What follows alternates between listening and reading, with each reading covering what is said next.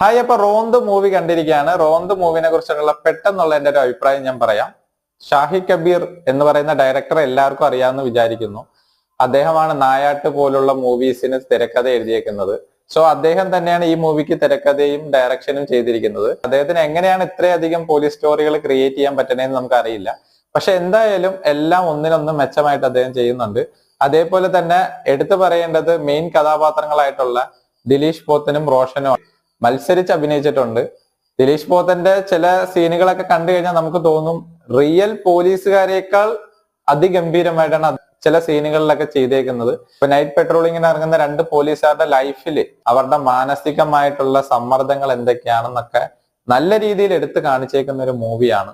Must ആയിട്ട് തിയേറ്ററിൽ പോയി വാച്ച് ചെയ്യാൻ പറ്റുന്ന ഒരു നല്ല മൂവിയാണ് റോന്ത് എന്ന് പറയുന്നത്. സോ എല്ലാവരും തിയേറ്ററിൽ തന്നെ പോയി കാണുക. എന്നിട്ട് നിങ്ങളുടെ അഭിപ്രായങ്ങൾ എന്താണെന്നുള്ളത് നിങ്ങൾ കമന്റിൽ അറിയിക്കുക.